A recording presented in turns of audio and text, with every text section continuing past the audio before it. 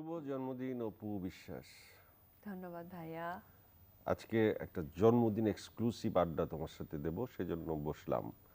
তা আমি খেয়াল করলাম যে আজকে তুমি খুব সুন্দর ড্রেস পরেছো এবং আজকে সারাদিন নাকি তোমার বিভিন্ন চ্যানেলে ইন্টারভিউ দিতে হবে, বিভিন্ন ভক্তের সাথে মিট করতে হবে, সারা দিন জুড়ে প্রোগ্রাম।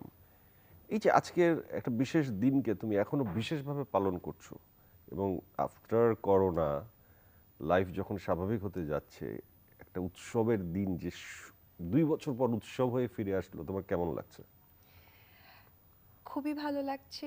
আমার আসলে উৎসবটা শুরু হয়েছে গতকালকে থেকে। গতকালকে আমার অপু বিশ্বাস ফ্যান ফলোয়ার, অপু বিশ্বাস মানে এটিভি অর্থাৎ অপু বিশ্বাস টিম, ওরা উত্তরের একটা রেস্টুরেন্টে অনেক বড় আয়োজনে আমার একটা বার্থডে সেলিব্রেট করেছে। এটা আমি আমার ফেসবুকে একটু লাইভও করেছি ছোট করে, কারণ ওরা আমারই ছোট ভাই ব্রাদার, আমাকে এত ভালোবাসে, ওদেরকে জাস্ট আমি উৎসাহিত করেছি। আর আসলে জন্মদিন আমি ব্যক্তিগতভাবে কিন্তু কখনোই আয়োজন করি না, কোনো হোটেলে, কোনো রেস্টুরেন্টে বা বাসায় বা আত্মীয়-স্বজন। বেসিক্যালি এই আয়োজনগুলো হয় ভালোবাসা থেকে। আজকে যেমন আমি চ্যানেল আইতে এসেছি তোমাদের মাঝে, তোমাদের এসে আমাকে কেক কাটা বা ফুল দেয়া, এটা তোমরা করেছো, আমি করিনি। বিভিন্ন জায়গায় চ্যানেল থেকে শুরু করে বা মিডিয়া বা পার্সোনালিটি যারা, তারা নিজে থেকে করছে। ইভেন দো আমি জিম করি, সেখানেও তারা বড় আয়োজন করেছে, আমি নিজেও জানি না, আমি কিচ্ছু বলিও নি। ইভেন দো আমার কাছে মনে হচ্ছে যে ফোনটা অফ করে রাখি, পরে ভাবছি যে না, অনেক আশা করে অনেকে ফোন দিবে, এসএমএস পাঠাবে, সেটা রিপ্লাই করার দায়িত্বটা আমার। আমি ব্যক্তিগতভাবে কখনোই আয়োজন করি না, ভালোবাসা থেকে আয়োজনগুলো সৃষ্টি হয়, আমি এনজয় করি। আর অনেক ভালো লাগছে করোনার পর। অপু বিশ্বাস ইন্ডিয়াতে কাজ করছে, কোটি টাকার কাবিন ছবি যদি আমি তোমার মেইন স্ট্রিমের ছবির প্রথম বলি, যদি এর আগে তোমার বিচ্ছিন্ন কাজ ছিল, তো আজকে তো সেটা প্রায় 13-14 বছর হয়ে গেছে।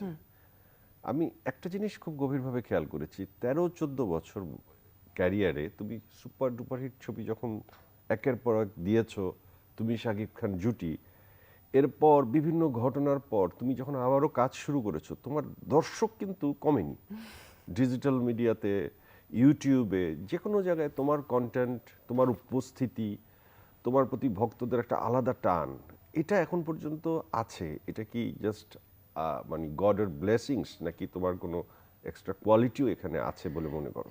ফার্স্ট অফ অল অবশ্যই গডের ব্লেসিং, ফার্স্ট অফ অল এটার বাইরে তো কোনো মানুষই চলতে পারে না। আর সেকেন্ড কথা হচ্ছে, আমি আমার কাজের প্রতি অনেক বেশি ফেয়ার এবং আমি অনেক বেশি ট্রুলি মুভমেন্ট করি।